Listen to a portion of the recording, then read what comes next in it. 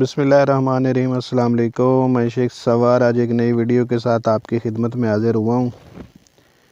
120 ml मीज़ोसल्फ्यूरान का हमने trial किया था 1 एकड़ पर स्प्रे करके दुम्बी सिट्टी और जंगली जई के कंट्रोल के हवाले से।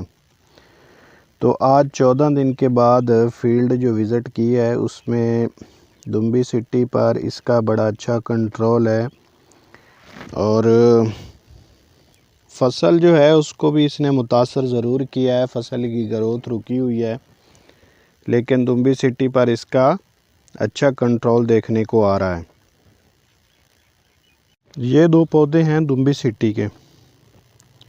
ये जो पौधा है इस पर 14 दिन पहले स्प्रे हुआ था। ये ट्रायल के तौर पर हमने थोड़ी सी जगह छोड़ी थी। इस पौधे पर स्प्रे नहीं हुआ। इस पौधे पर ये जो दुम्बी सिट्टी का पौधा है इस पर स्प्रे हो गया था। इसकी आप ग्रोथ भी चेक कर सकते हैं, कद भी चेक कर सकते हैं और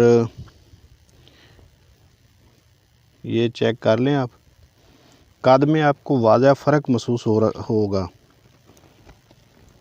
ये जो पौधा है ये स्प्रे शुदा है और ये वाला पौधा स्प्रे शुदा नहीं। इसके पत्ते बिल्कुल ख़त्म हो रहे हैं जिस पर स्प्रे हो गया था।